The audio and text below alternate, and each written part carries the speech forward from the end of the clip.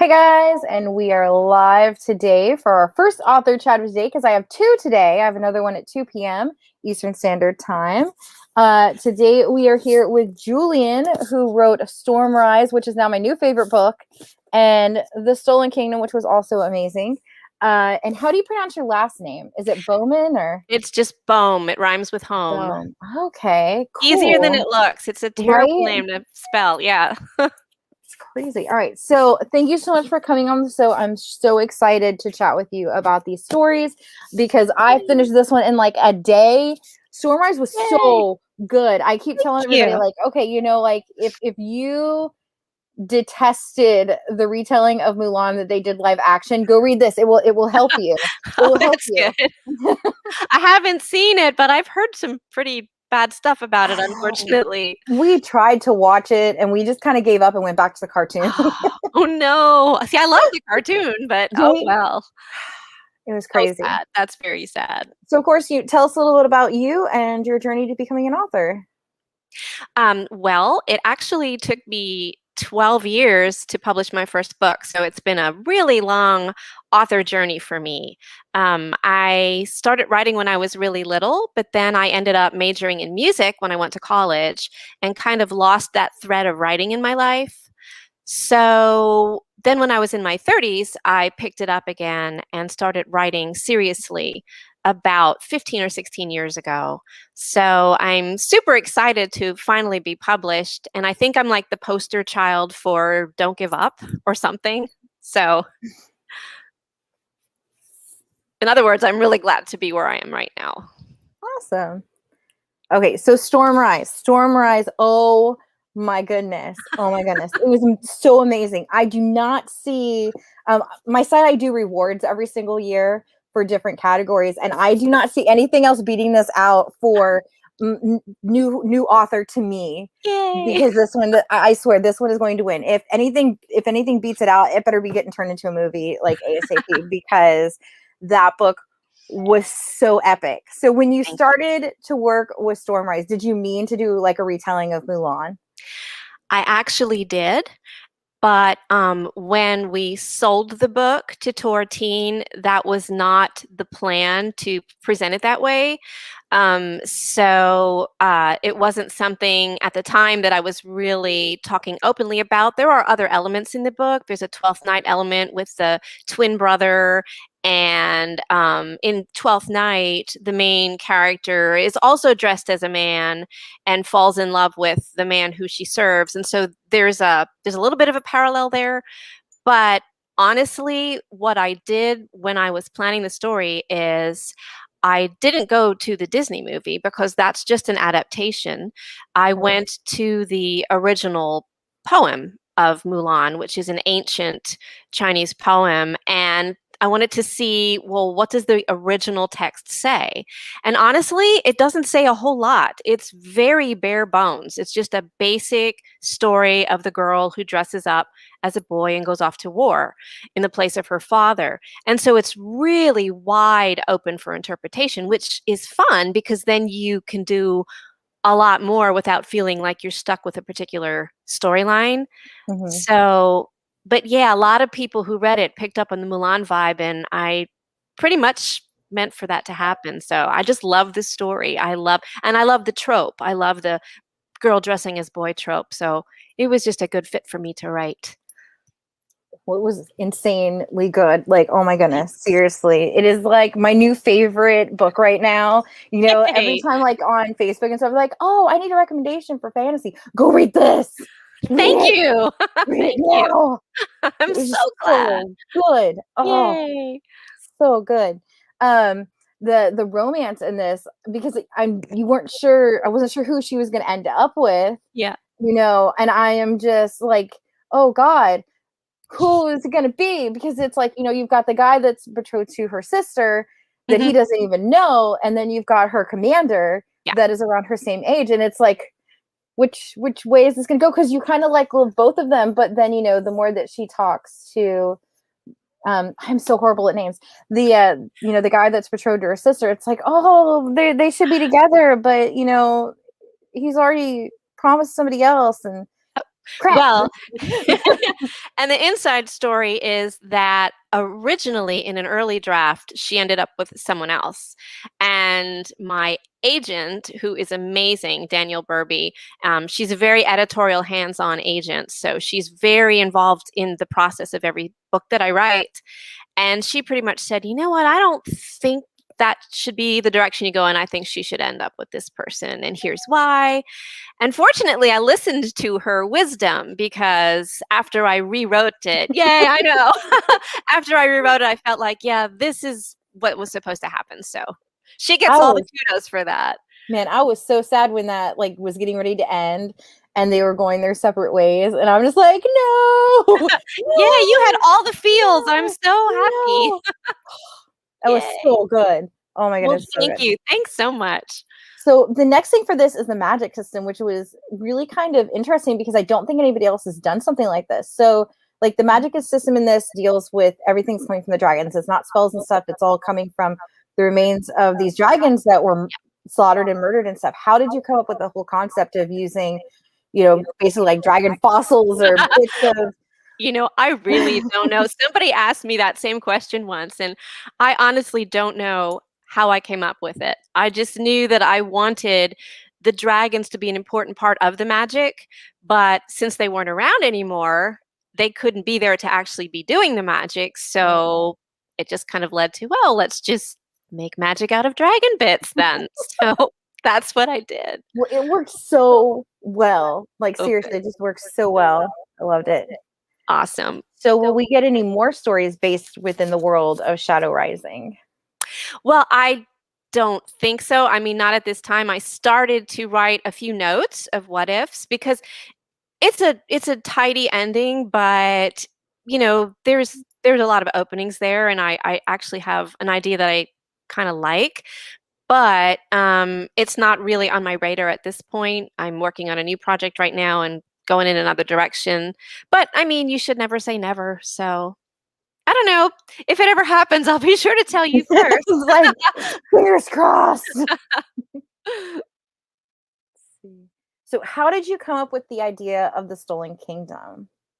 Well, that's one of my favorite stories to tell because The Stolen Kingdom is actually a complete rewrite of the very first novel I ever wrote. Oh, wow. And I know, and you know, first novels are really terrible. So honestly, the final product is completely different.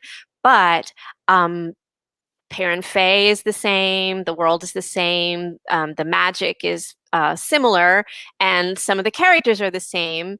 And the reason this makes me so happy is because my daughter Maggie is also a writer. In fact, we share the same agent. And the whole reason she started writing is because she read that very first novel that I wrote all those years ago. And she loved it and decided she wanted to be a writer.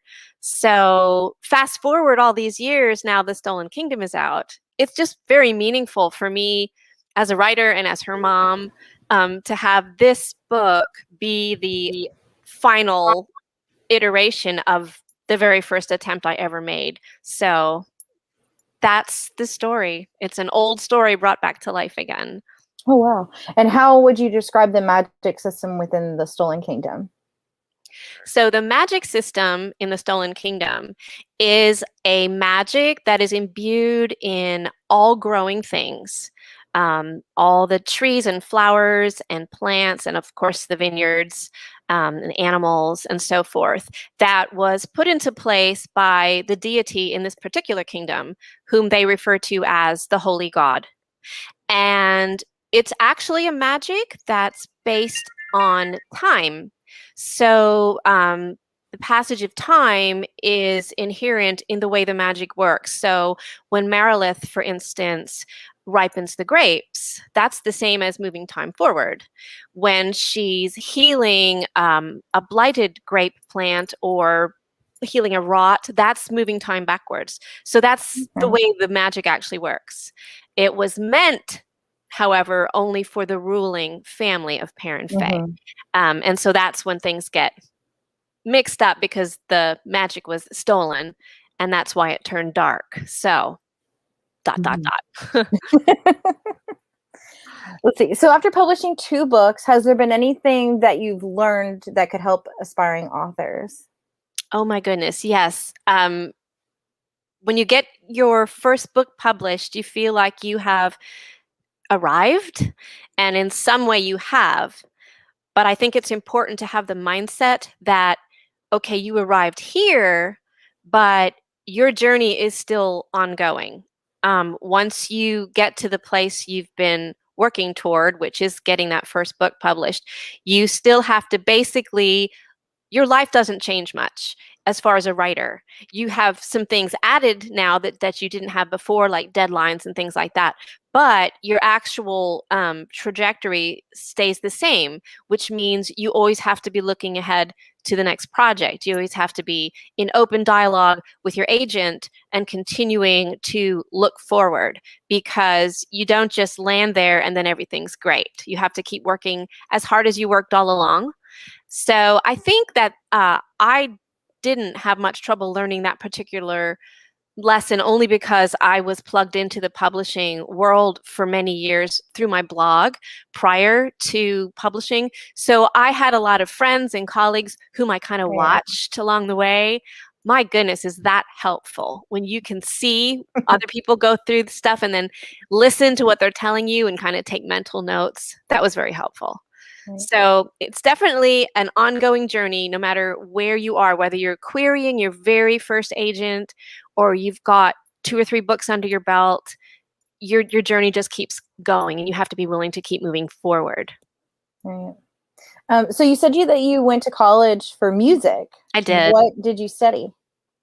I majored in piano, Mm. and my degree is a Bachelor of Music. I was certified to teach K through 12. Oh, cool. So if I would have wanted to go ahead and have a career as a music teacher, I could have done that. That was in Pennsylvania, though. So when I moved to Tennessee, I never got my recertification. You have to go through tests, and Right. Yeah. so I didn't do that. I did end up teaching music for 1 year before I started my family, which was fun. It was an elementary music position, and I love teaching music to kids. It is definitely a passion of mine. If I could have a choir of kids to, I mean, I would just, that would make me really happy. Right.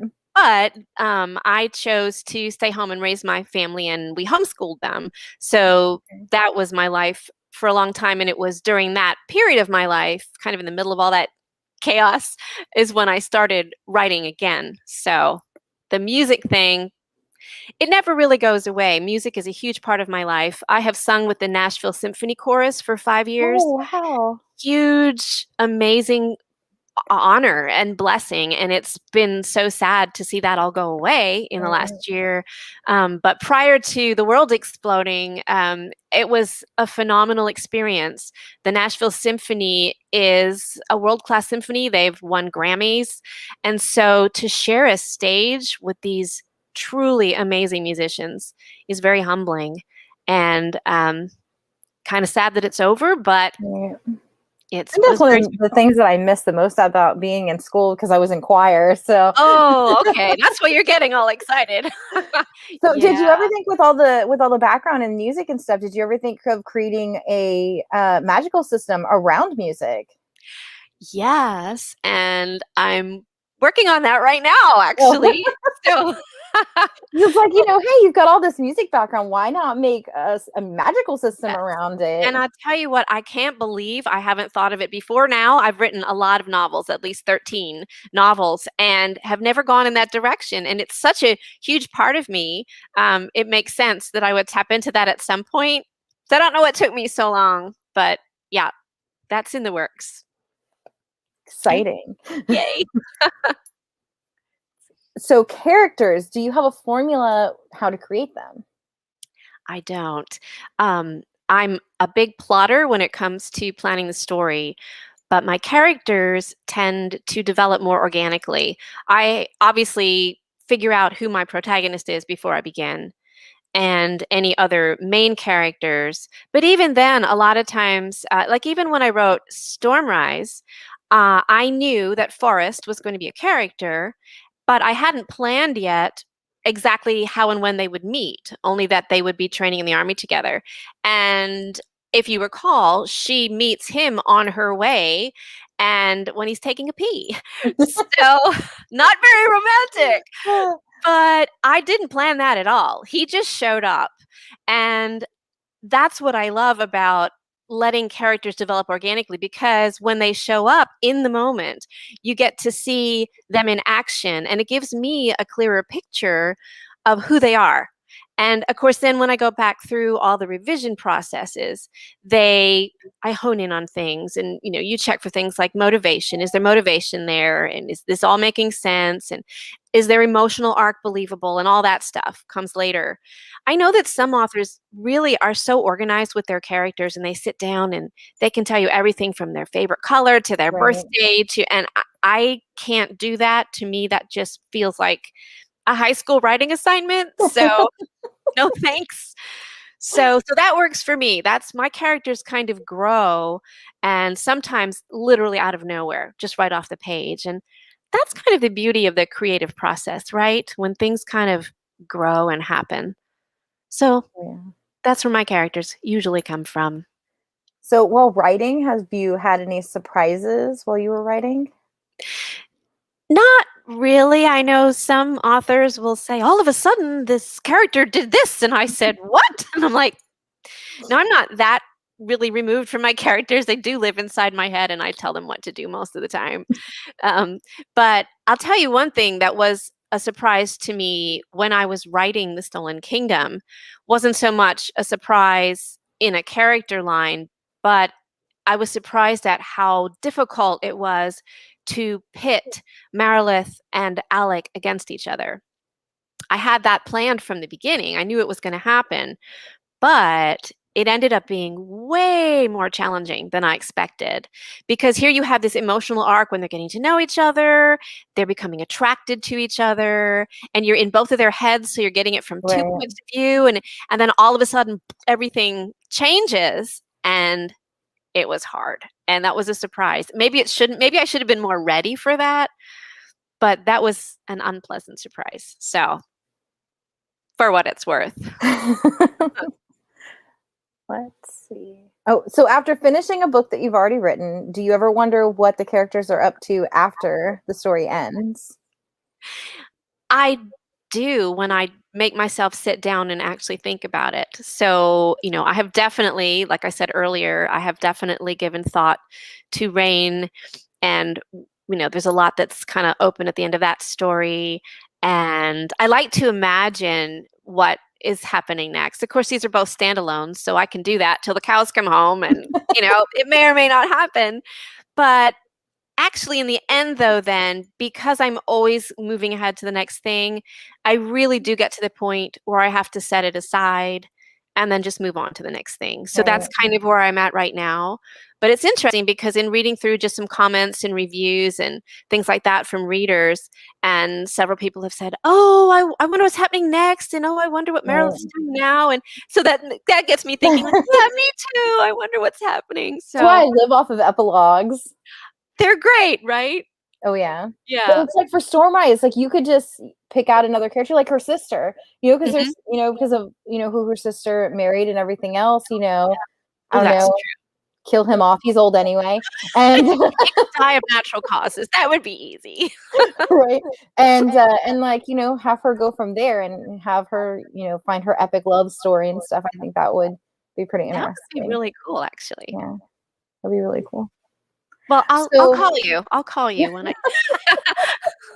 Oh no, I started helping another author, Lori Forrest, beta her newest book that comes out in September, and I hadn't really done that in depth before, and now it's like I have fallen in love with doing it and talking with the author about Mhm. story concepts and everything on and what to do, and it's like I love it so much. It's yes, please call me, I will help. You sound like the perfect beta reader. It's so much fun, especially with magic systems and stuff, because like I've been pagan for over 20 years. So, all the witchy stuff is right up my alley. So I love it. You're right there. Yeah. So you said that your next book was going to be based around music. Is there anything else you can tell us about the upcoming story? Not really. It's YA fantasy. I can say that. I'm sorry. It's very early right now. So we're in draft mode. So It's fun. yeah, no, I hate drafting. It's not fun. But it is what it is. Awesome. So what have you been reading? So, I several months ago actually now, but I had to say something because I love these books so much. The Traitor's Ruin, which is the third in the trilogy by Aaron Beaton. Just a really well-written, complex story that I just love getting lost in. And very recently, I finished The Princess Will Save You. Oh, I love by that one. I Karen put 2 to that one Oh for my review. God. I'm so excited. Oh, I'm a little jealous. Yes. Yeah, this is so great. Gender bent Princess Bride on steroids. It's funny because I actually talked with both of those authors on the show last year. Oh, did you? I just did an event with Sarah last week, and that was so much fun. And you know, when you do an event with an author that your publicist puts with you, you don't know if you're really going to click or if you're going to like each other's books. But oh my gosh, I was so thankful that I truly loved this book, and I'm looking forward to the sequel. Me So, too. Oh my goodness. but And this is not even YA. This is what I'm struggling through right now. I don't know if you've ever seen the miniseries Wolf Hall. no. It's fantastic. It's really, really good. It's the story of Thomas Cromwell in the Henry VIII time period. It's my favorite time period. So I'm a real Tudor nerd. But my husband bought me all 3 of these books for Christmas, and I was really excited. And then I started reading it, and it's wonderful. I mean, it's wonderful, but it's very dense, and it's written in present tense, which I like, but I didn't expect it in a Tudor historical. Kind of takes you out of the time period. It really did. It took me lots of pages to just get my head around that. But it's clever. I mean, it's a clever thing to do, and it's really well written, but it's dense and it jumps around in time. So I'm making myself keep reading it. But the miniseries is fabulous. I highly recommend it. Oh, wow. Awesome. Well, thank you so much for coming on the show, guys. Definitely check out both of Jillian's books. They are definitely worth it, especially, you know, this one here, Stormrise. Gotta keep up with that one, you know. You keep going. And you guys can see me again at 2 p.m. for the next author chat of today with Sarah Beth Durst and her book, The Bone Maker, who is one of my all-time favorite authors. She wrote the Queens of Renthia series. If you haven't checked it out, definitely do so. It is technically adult, but it is so freaking good. It is so amazing. So I will catch you guys at 2 p.m. And Jillian, thank you again for coming on. Thanks for having me, Jessica.